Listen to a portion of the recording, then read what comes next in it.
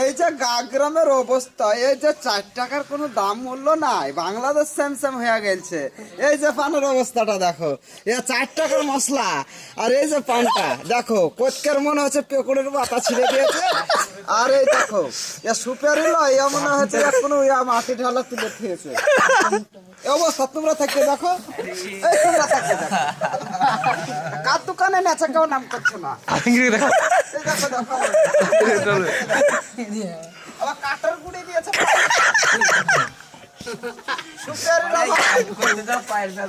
কিন্তু এই যে কাটার গুড়ি তোমরা তাকিয়ে দেখো, 4 টাকা দাম দিয়েছে পানটা। পানটা কার দোকানে? এখন খেয়ে লাগছে না কার দোকানে দিয়েছে। কিন্তু এই যে পানের অবস্থা,